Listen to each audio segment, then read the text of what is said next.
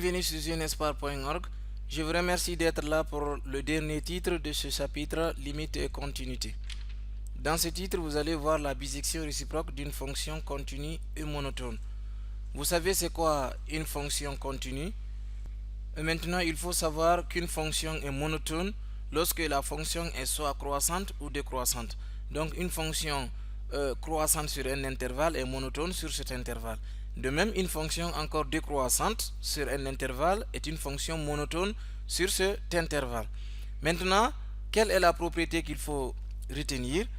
Si vous avez f une fonction qui est continue et strictement monotone sur un intervalle k. Si la fonction est strictement monotone sur l'intervalle k, cela veut dire qu'elle est strictement croissante sur l'intervalle k ou strictement décroissante sur cet intervalle.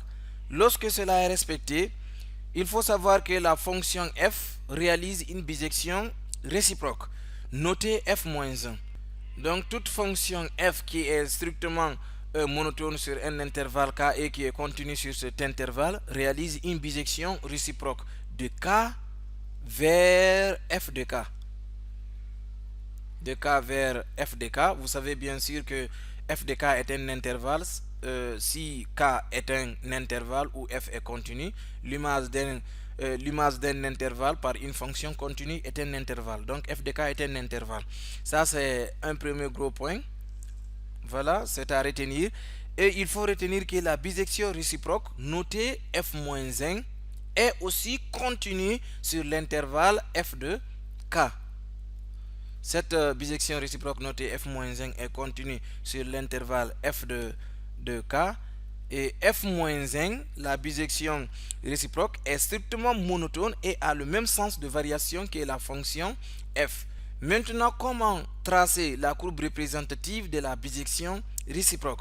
Là, il faut d'abord avoir la représentation graphique de la fonction f. Si vous avez c de f, la courbe représentative de la fonction f, et on choisit c de f-1, la courbe représentative de la bisection réciproque f-1. Il faut construire la droite d'équation y est égal à x et ensuite tracer la courbe représentative de la fonction f qui est c de f. Le reste maintenant, il suffit de tracer une courbe qui est symétrique à c de f par rapport à cette droite d'équation y est égal à x. Donc la courbe représentative d'une fonction réciproque f-1 est symétrique à celle de la fonction f par rapport à la droite d'équation y est égal à x.